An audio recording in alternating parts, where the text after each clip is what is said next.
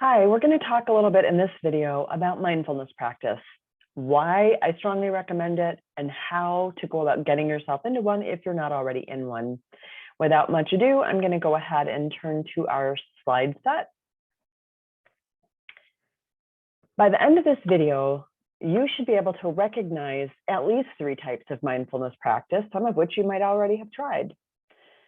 You'll be able to explain why mindfulness is important to your change process, and it is super important to your change process. Even if I don't mention it every single time I talk to you, it's important. It's that important that I ought to, and I should probably make you watch this video like every week, but I don't.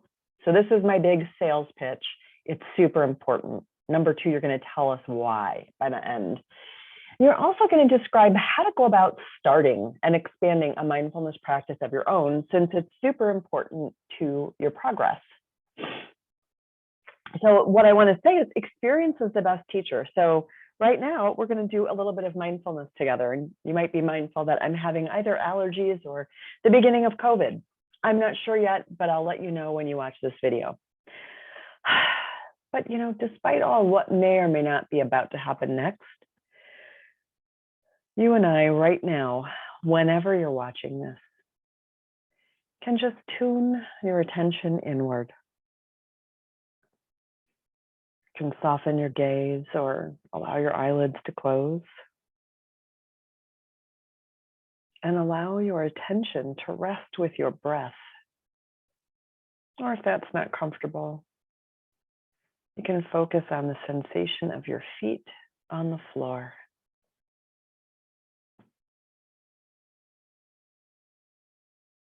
Breathing in to a nice slow count of 2. And out to a nice slow count of 3. With an exhale that's slightly longer than your inhale. You might notice that your muscles start to soften just a little with each exhale.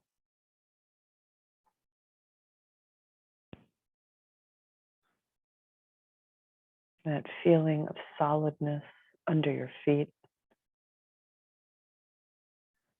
feeling of support, may also allow your muscles to soften.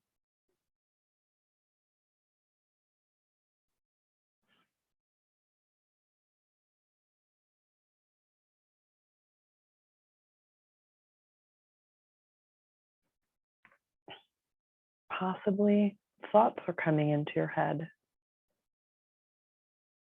That's okay. That's what the brain does. It thinks. Just label it thinking and return your attention to your chosen focus. Either your breathing or your feet or some other part of your body.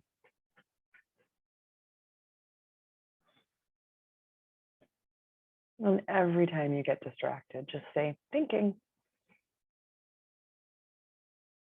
And come back to your chosen focal point.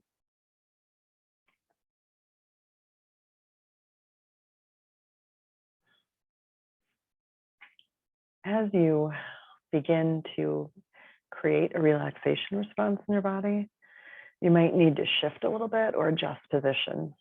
That's okay. Just go ahead and shift and adjust. And then return your attention to your breath.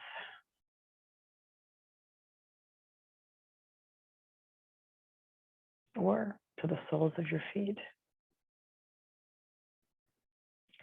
Notice how good it feels to let go of your thoughts and come back to that experience of choosing your own focus.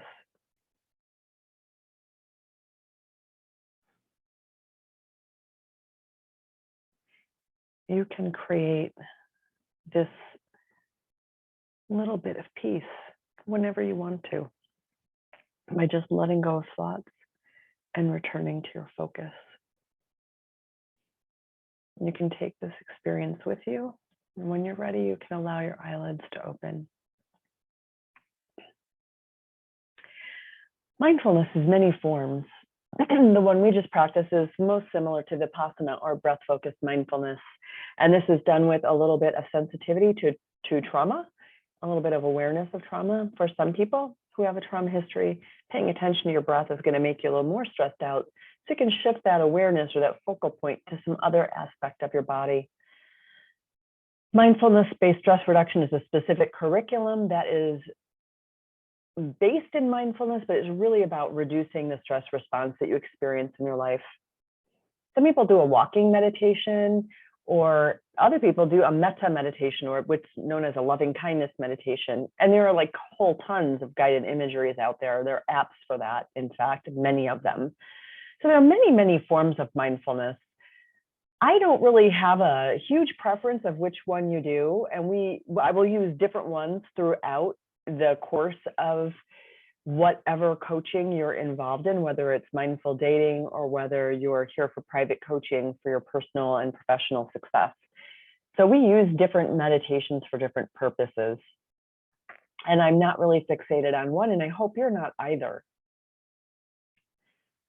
What I do want to talk to you about, though, today is that mindfulness practice does change the way your brain functions. It is sort of becoming studied.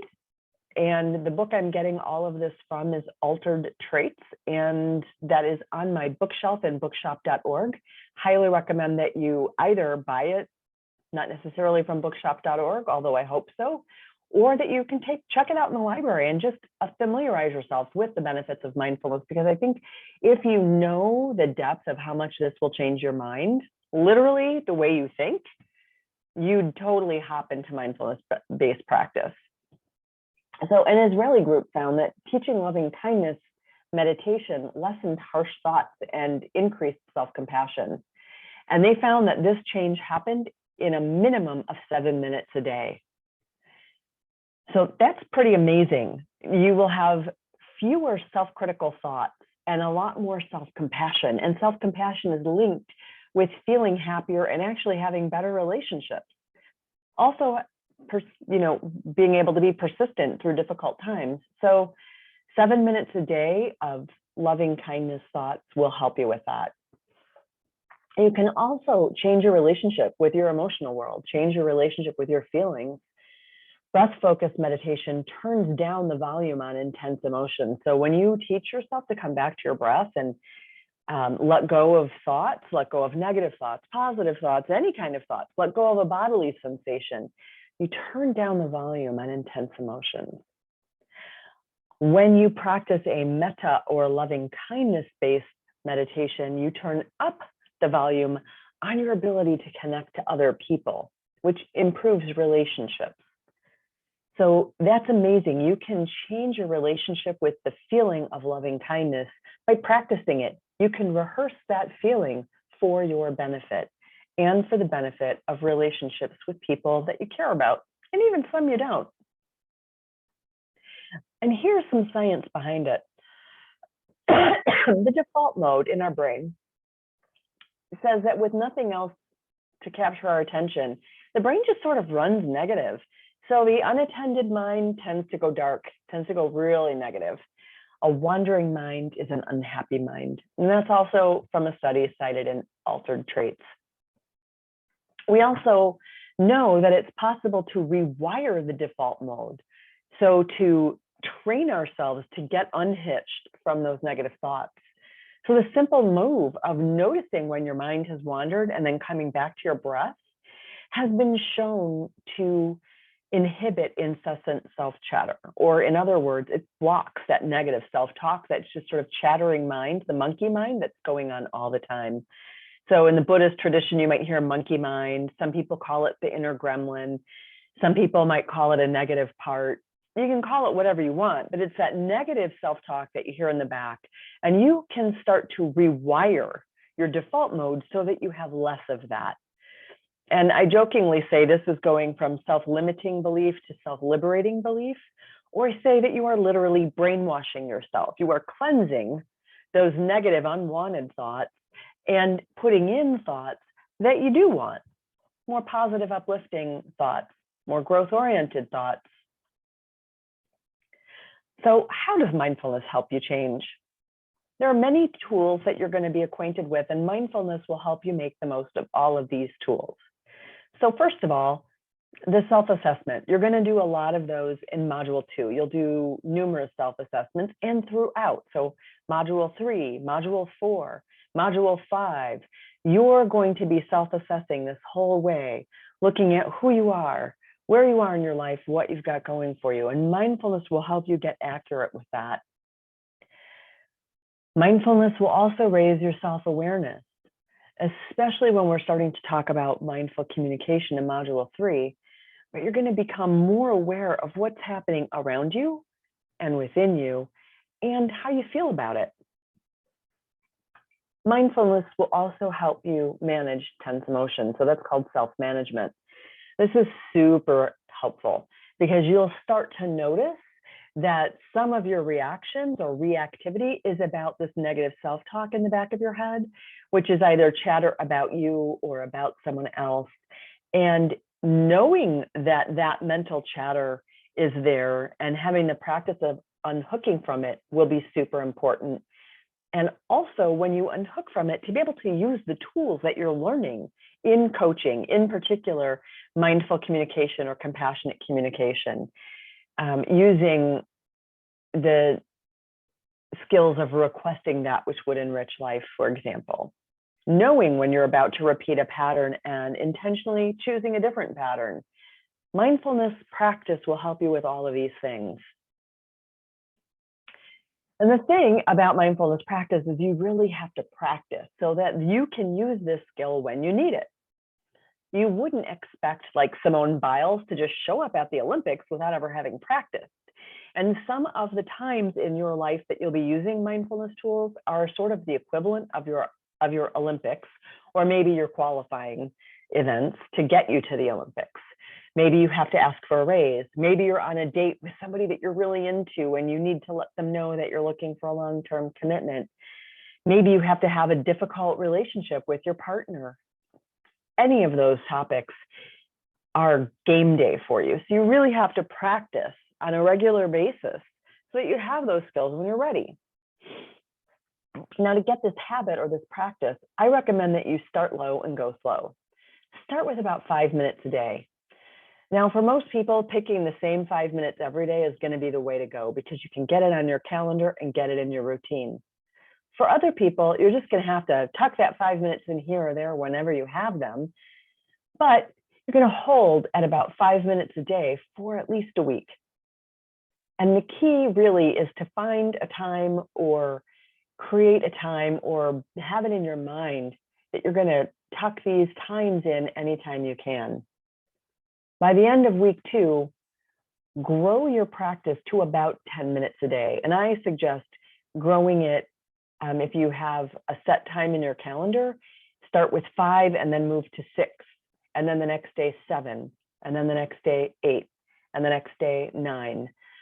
Or if what you're doing is you're kind of tucking it in at different times of the day, maybe you have a morning time. Got my 5 minutes in. Then later, tuck in another minute. The next day, tuck in another 2 minutes, and so on. Add a minute from that 10 minutes at the end of 2 weeks. Add 1 minute every other day until you're at a total of 20 minutes a day. That could be 4 little mini sessions or 1 longer 20-minute period. The benefit of the longer 20-minute period is that it's after about 15 to 20 minutes that you really start to notice those patterns of thought. You can sort of watch these patterns play out. You can get more familiar with your parts if we're going to use IFS-informed coaching together. And you can watch your own thoughts so that you can intervene differently, or at the very least, get unhooked from them a lot more easily. So let's find your own how and the why. Which types of mindfulness practice most appeal to you? Do you like the idea of doing a breath-focused meditation? Or is walking meditation more your speed? How do you see yourself using mindfulness to meet your coaching goals? What steps can you take right now to begin a mindfulness practice that will support you in reaching your goals? If you're not convinced right now that mindfulness is important enough to get started, what would it take to convince you? Bring any challenges or questions you have about mindfulness practice to your next coaching session. I really want to hear what's on your mind about mindfulness and actually all of these topics. Although I have these videos here for your convenience so that I'm not lecturing at you while you're paying for your session, I do want you to ask your questions, give your press back, share your own perspective on things so that we're sure to use these tools in a way that's effective for you. And that's all I have right now about mindfulness, the why and the how. I look forward to our next coaching session together. Bye now.